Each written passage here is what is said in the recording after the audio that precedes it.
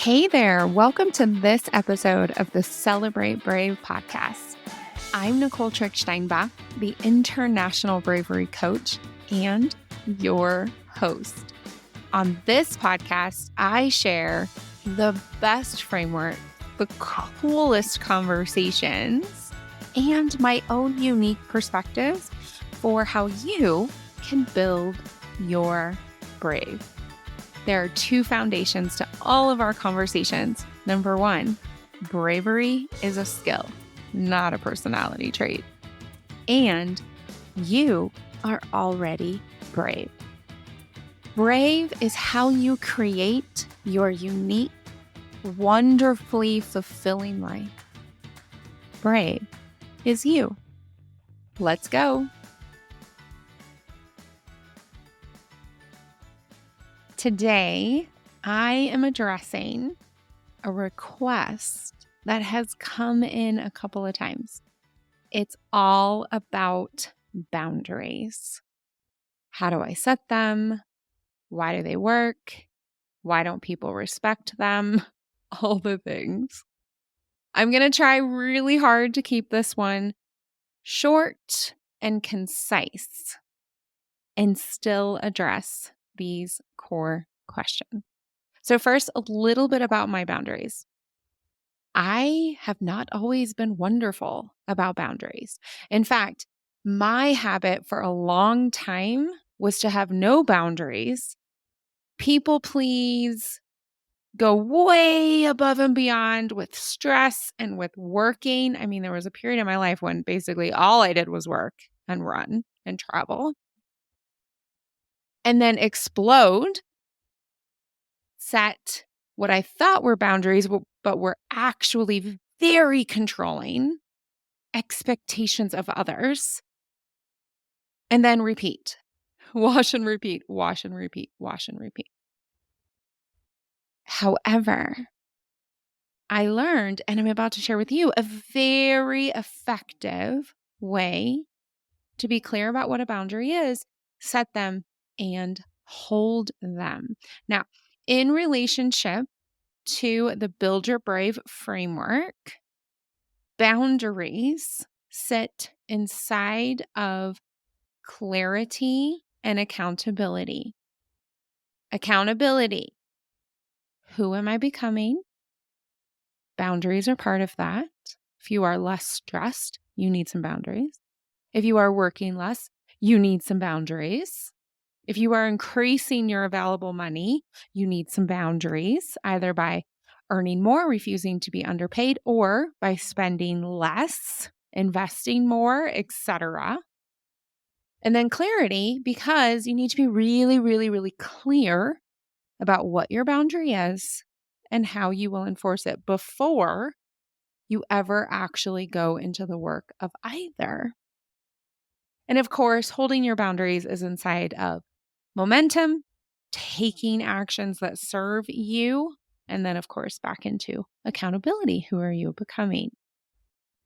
All right. So let's start off with a very widely shared, I've already spoiled it a little bit, understanding of what a boundary is. So many of us understand a boundary as someone else changing their behavior to meet our needs. That is not a boundary, okay? A boundary is actually set up this way.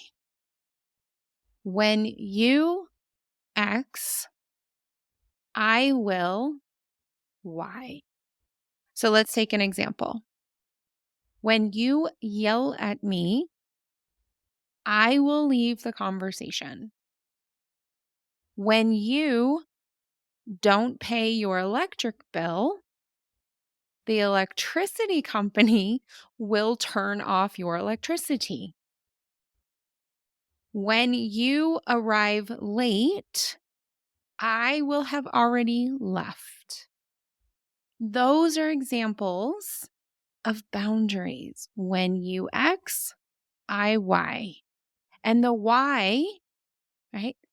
Your response when someone breaks your boundary is 100% in your control. I will leave this conversation. I will go without you. The electricity company will cut off your electricity. So it is an expectation of how you will be treated with a consequence, a response that is completely in your control. Okay. Secondary type of boundary. This is not a boundary. You ready? You need to give me less work. That is not a boundary. Another thing that is not a boundary is you have to speak kindly to me. That's not a boundary. Okay. The first one would be something like, I will work my 40 hours and I will not work more than 45 hours a week. Or, when you speak to me disrespectfully, I will end this meeting. That is a boundary. A boundary is for you. A boundary, it's not a demand. It's not controlling other people. It's not an ultimatum. It's not some wild threat. It is a line that you set for other people and that you manage your response to. So important. So important. So how do you set a boundary? Okay. So the very, very, very first part is you get really clear about who you are becoming. This is the accountability work. This is the self-concept work inside of clarity. You have to know who you are becoming. If your goal is to be less stressed, then you're going to start off with, all right, which aspects of my life, of my career, are causing stress for me? And what do I think would support me in being less stressed that I control? For example, one boundary that I have with my children is they can have 2 activities a semester. So if they want to be in art and in baseball, great. Anything above and beyond that, if they want to do a third activity, they have to be able to get there and get back independently. They either have to walk to school for that club and be able to walk back, or they have to be able to carpool. Because my boundary is, I will support you in 2 activities a semester. I will not do 3. That is for my stress level. I hate driving. I hate driving. Right? Okay. So the first thing, like I said, is you start off with who am I becoming? You identify areas of your life that are not currently in line with your goal and with who you are becoming. And then you begin to play into practice. You begin to try things out. You can even say, you know what? I'm not exactly sure if 2 activities is acceptable for me, but let's try it out this semester. Or it could be, hey, 2 activities, I know that's fine. If you'd like to do a third, I will help you make sure that you can carpool, that you have a ride. And then it turns out that's even more stressful than driving them around, as an example. Well, then I get to review my boundary and decide if I'm going to keep it that way or if it's going to shift. This is how you create boundaries. Then when you set them, this is the crucial conversations framework. I have an entire podcast episode about that, so I'm not going to go through it. I'm just going to role model it. Okay. So when you set a boundary, I highly recommend that you set it, if it's a one-on-one relationship, that you set it in a one-on-one conversation. If it's in a group setting, carve out space specifically for that. So for example, if it's in your book club, you're just going to say, hey, I would like to request 10 minutes. A few things have changed, and I want to make sure everyone understands how I'm going to be participating in the book club moving forward. And if it's something with work, then you definitely want to make sure You have the one-on-one with whomever it is that's most impacted by the boundary, that they have the opportunity to hear it and to respond, right? They don't have to agree with your boundary. Remember, because you are in control of the response to a broken boundary. They just need to understand it and have the opportunity to respond, right? And then in the group setting. Now, how do you hold a boundary? Again, this is the crucial conversation. I do have that podcast episode. I am going to role model a crucial conversation, but I'm not going to go through all the details. So how do you hold a boundary? Okay. Let's take the example of a meeting consistently running over. This really stresses you out and it really creates overwork because now you're running to your next meeting or you don't get a chance to close down your day the way you want to. It's creating stress and it's creating extra work for you. And you decide, you know what? I'm going to try to set a boundary for this. I'm going to play with it a little bit and I'm going to see how I can improve my experience. Okay. So you have the one-on-one conversation with the person. You say, hey, I know that this meeting is really important. In this meeting, we cover a lot of content and there are a lot of people. This meeting is set for 60 minutes. Moving forward, I want you to know and just to be aware of that I will be staying in this meeting for the full 60 minutes. And at 60 minutes, I will be exiting the meeting and moving to my next meeting. I need to be respectful for all of my meeting partners as well as the deadlines I have. Thank you so much for respecting that. Is there anything that comes to mind? That is how you could set the meeting. Then, if appropriate, and I have seen many people do this in meetings, I've done it myself. In the meeting, hey, I put on the agenda, 2 minutes, just want to make sure everyone is familiar. This meeting is really important and we do really good things in this meeting. We've made important decisions and this meeting goes over almost every time. Moving forward, I will be here for the entire 60 minutes.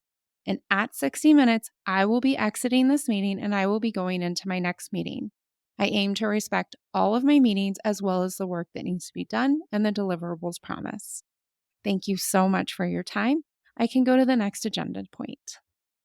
Right? The same is true when your boundary gets broken.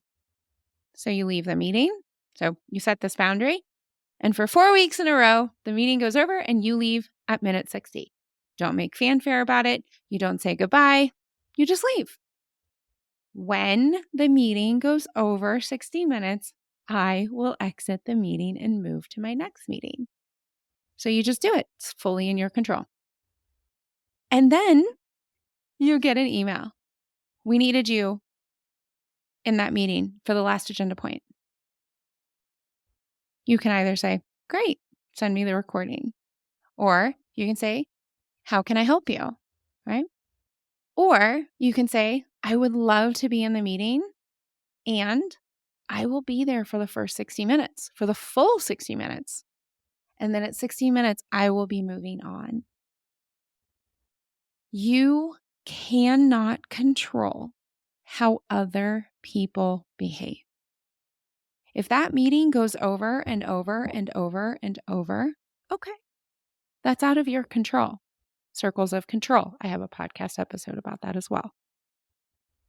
Let's get back to the book club because I think frequently, not just I think, my clients very frequently implement boundaries at work with more ease than they do in their private life. So let me role model an example with a book club. So you have a book club, and for whatever reason, this book club has agreed. Every person will read every book. They will put notes into the book. They'll come with what they want to talk about, and everyone brings a cooked dish and everyone brings some delightful thing to drink. Okay. Everything's going great for 6 months. And then people start showing up consistently not reading the book. Or people consistently come without a hot dish. They don't pick anything up. They don't prepare anything. Or people come with only alcoholic drinks and everyone decided there would be a mixed. Okay, here's an example. Hey, before we get going, I just want to make sure that we are all in agreement. When we set up this book club, we agreed that everyone would read the book, create notes, come ready to discuss it. We would also bring a hot dish for us all to share and something delightful to drink. Recently, we have been experiencing that not all of us are doing that. Life gets busy. Of course, it happens every once in a while, but consistently, it's causing a dip in the experience of the book club. So, moving forward, if we cannot agree that we all read the book and come ready to discuss it, then I suggest we choose shorter books. Discuss. You come up with an agreement. Instead of it being every 1 month, it's going to be every 2 months. You'll come together every month. Everyone will bring a hot dish. Everyone agrees on the drinks. Okay. But now you're going to have a book for 2 months. Okay. Then you say, great. I'm really excited to hear that. Moving forward, if we still have an issue, I'm going to find a book club that suits my needs. I love you guys. I really appreciate this. And this is my opportunity to really discuss and describe and enjoy literature. I'll keep coming here, but I'll also find another book club. And then however people respond is how they respond. Of course, it can be difficult. This is why so many people misunderstand what boundaries are. But boundaries are for you. They're for your goals, your experience, and who you want to become. I am sure that I did not cover everything. There are so many books out there about boundaries. I personally have not found one that I can put my name behind. However, I would love to hear from you. What did I get wrong? What questions do you have about boundaries that I missed? And what book would you recommend? I'm always looking for opportunities to read and to share onto my client suggested list and to share with you and my audience. Thank you so much to all of you that submitted this topic as a request for a podcast episode. Please do keep sending those in. Until next week, brave it up. Hey, before you go, you are ready to become the bravest, most fulfilled version of you. And I am ready to be your coach. I invite you to explore one-on-one coaching with me. Go to tricksteinbach.com to learn more and schedule your consultation. You can stress and work less while you live and earn more. My clients do it all the time.